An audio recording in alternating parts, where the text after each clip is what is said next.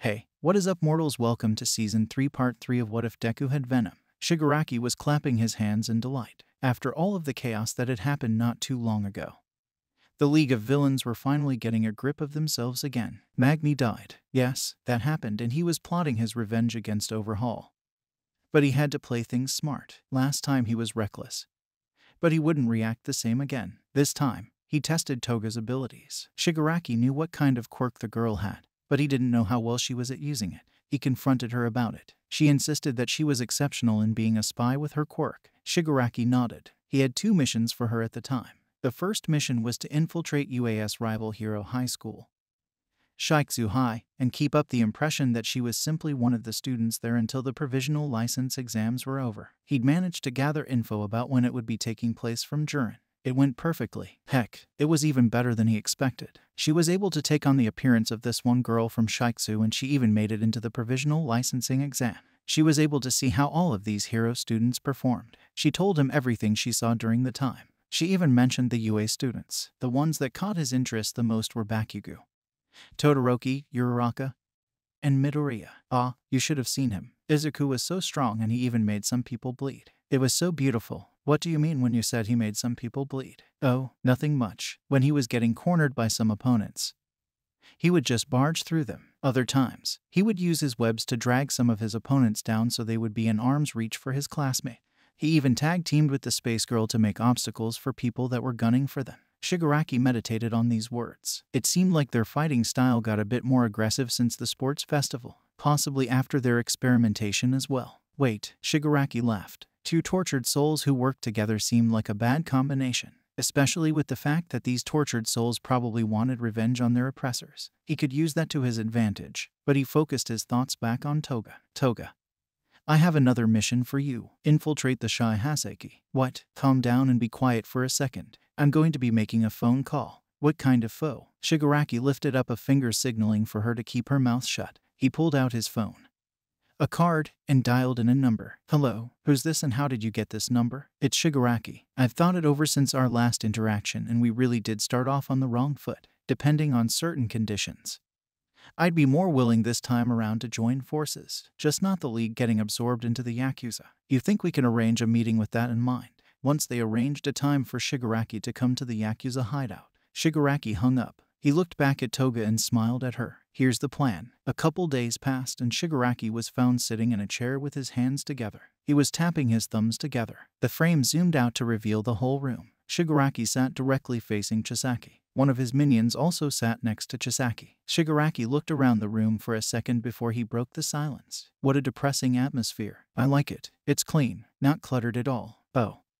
And why was it so difficult to find this place? It took me like a good half an hour to find this hideout. What's up with that? Pretty simple, really. We need to have all of these routes in order to confuse people who could possibly be spying on us. It's the reason why the Yakuza were able to survive for so long after all. Anyways, about the phone call, was what you said during the time true? Or did you just come here to waste our time? Shigaraki looked at the person who said that. They appeared to be rather small, and their appearance was completely concealed in a black suit with arm protrusions alongside a sewn-on plague mask. It was odd hearing a gruff voice come out of the pipsqueak, but Shigaraki wasn't intimidated in the slightest. He just glared at the string bean for a second before he answered. Yeah, suddenly, Shigaraki slammed his foot onto the table in front of him and leaned back. He was starting to get comfortable. You see, our motives align quite well if you ask me. You want to use the influence that the League's name has while I want to expand the influence that the League already has. It goes hand in hand, honestly. Can you remove your foot from the table? Shigaraki gave Overhaul a cold stare before he smirked.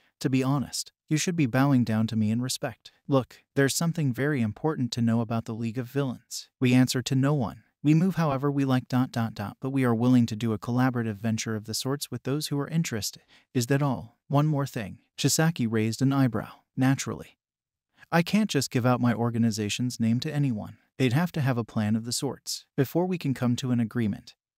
I must know what exactly is your plan. If I find it dumb and not worth my time, I'm leaving. Suddenly, Shigaraki felt something cold be pressed against the back of his head. He knew what it was though and who was aiming it. He showed no expression on his face at all. He had an unsettling calm demeanor. This disturbed Chisaki. What was this guy's deal? Before Mimic could attack Shigaraki though, Red tendrils shot out of Shigaraki from all directions, which surprised everyone in the room. Shigaraki smirked. Suddenly, the Yakuza members' minds were penetrated with a series of explicit visuals, some so horrific that they were better off not being said. Carnage enveloped Shigaraki, and they produced a couple more tendrils to grab the gun out of the individual's hand. They crushed the gun in their hand before they stopped with the mind bomb. The Yakuzas looked back at Shigaraki. The lesser members backed away from Shigaraki. Carnage retreated back into Shigaraki after he had shown them he was not someone to be treated lightly. Shigaraki pulled out what looked like a tranquilizing bullet and proceeded to question Chisaki about it. Does this plan of yours have anything to do with this? What was that just now? Mind bombs. A pretty useful ability to show dominance. Now, answer the question. I'll tell you on one condition of my own. Oh, you want to be the negotiator now? All right, go ahead and tell me your condition. If I don't like the condition, then I may as well end you here and now. That red and black substance that obnubilates you. What is it?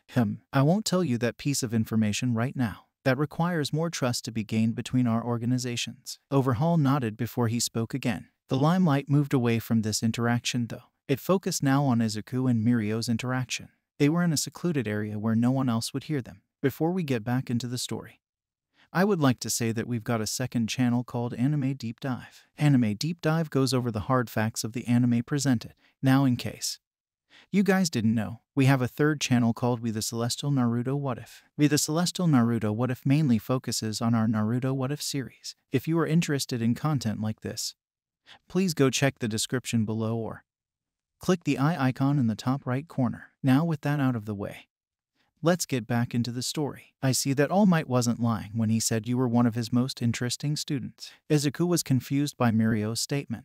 Tell me, Midoriya, did All Might ever tell you about the name of his quirk? Izuku nodded. He was beginning to realize where Mirio was going with this. So you must already know that he had a successor to his quirk, and that successor is yours truly. I already figured that was the case. But why are you telling me this? Well, All Might was one of my 2 teachers when it came to utilizing the quirk he passed on to me. But one of All Might's dying wishes was for us to meet and learn from each other. He told me a lot about you during my training of using One for All in conjunction with permeation. One of the things he mentioned was that there was something special about your quirk as well. If you don't want to tell me, I won't force you to budge. But from everything All Might said, he saw great promise in you. Izuku felt like bursting into tears when he heard everything that Mirio said. But he held it in. He wasn't going to cry anymore. Not after everything he'd been through. Something stuck out though from Mirio's statement. Thank you for the praises, Mirio. But there's something I found to be pretty odd about your statement. In the beginning, you mentioned how you had 2 teachers. I know the first was All Might. But who was the second one? Oh, my second teacher was the one who saw great promise in me from early on and was the one to help me gain the control I have over permeation now, even though with the power amp, it has become a bit more difficult to use nowadays. You may have heard of this man as well. He was the former sidekick of All Might actually. He goes by the hero persona Sir Night-Eye. Izuku's eyes widened in recognition. Yeah, I heard about him, although I heard that he is really serious. Oh, he's not so bad when you get to know him. Maybe he can help you gain better control over your quirk as well. Are you interested in participating in a work study with him? Izuku reflected back to the training camp when he tried to master that bioelectrokinesis. His fight against All Might when he first the shocks. His fight against Stain that left his body temporarily paralyzed afterwards. All of them. He weighed his options here and looked back at Mirio. Mirio had already explained the downsides to his quirk to the whole of Izuku's class already, yet thanks to Night-Eye's tutelage and Mirio's own efforts, he was able to turn it into something strong. If Mirio could make the best of his quirk despite the weaknesses it gave, then gosh darn it, he could do so too. Yeah, I'd greatly appreciate it if you could put in a good word for me. Mirio nodded with a smile on his face. Anyways, let's get out of here before people start panicking about where we are. Agreed. Once the weekend had officially begun, Izuku went to meet up with Mirio. Bakugo and Todoroki left to go retake their provisional exams. Izuku searched urgently for Mirio as he couldn't afford to lose such an opportunity. Once he managed to meet up with Mirio, they left to go to Night-Eye's agency. They were on the train for an hour before they made it to the agency. It was a rather quick ride, honestly. After they arrived at their destination, Mirio was quick to inform Izuku of something that was of great importance. It was that Izuku had to make Night-Eye laugh at least once throughout his work study with him. Izuku looked at Mirio in surprise. Seriously, we have to make the man laugh of all things. Despite his appearances, Sir Night-Eye holds humor in the highest regard. I also can't make Night-Eye acknowledge you either.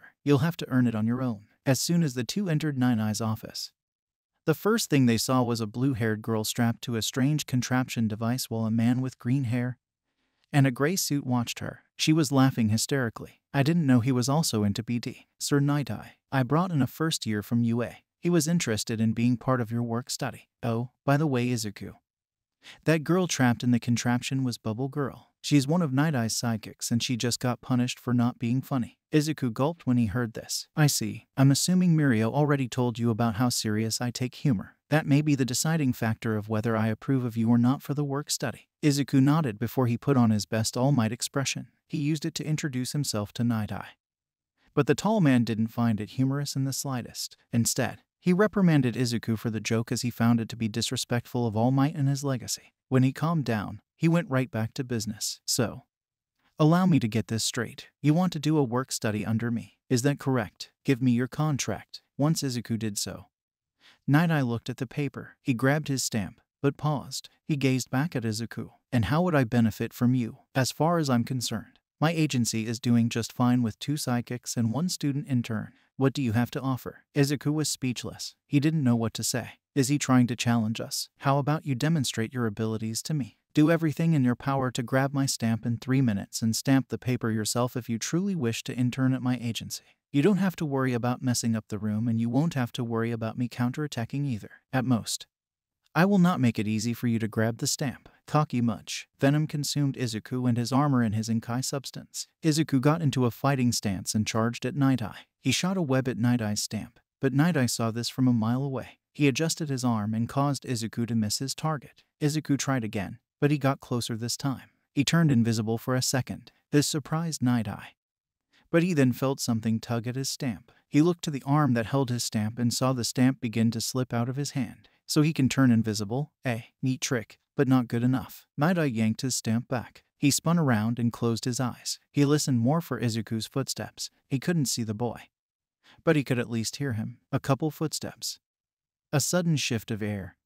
And Night Eye could already tell where Izuku was. He ducked down and avoided Izuku's tackle. Suddenly, Night Eye felt the tempo pick up. Night Eye had to start dodging more of Izuku's attempts at getting the stamp. Izuku would blink in and out of his camouflage throughout the 3 minutes. Night Eye was starting to build up a sweat. He wasn't prepared for a first year like this kid to be this fast. Izuku was relentless and Night Eye began to grit his teeth in frustration. Suddenly, he felt his grasp on the stamp leave him. He opened his eyes in shock and looked down at his hand. It was empty. He looked up at Izuku, who had a big grin on his face. He held up the stamp in his hand and the contract before he stamped it. Well, color me impressed, I suppose. The timer then went off.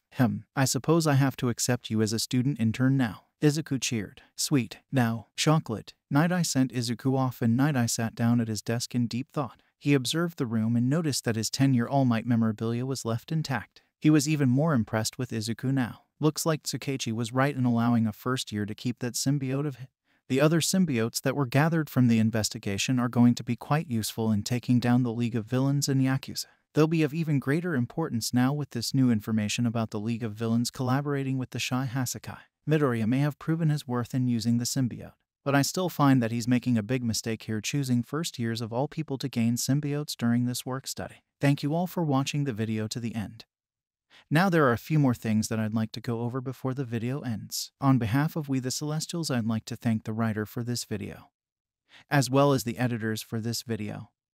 Their details will be in the description. If you're a voice actor, editor or writer, or you're interested in becoming one of those, go to the Discord that is in the description of this video and hit up the head of one of those areas. We're always looking for members to join us. That's it from us for today's video. So thank you all for watching and don't forget to hit that subscribe button if you're interested and hit that like button if you liked the video.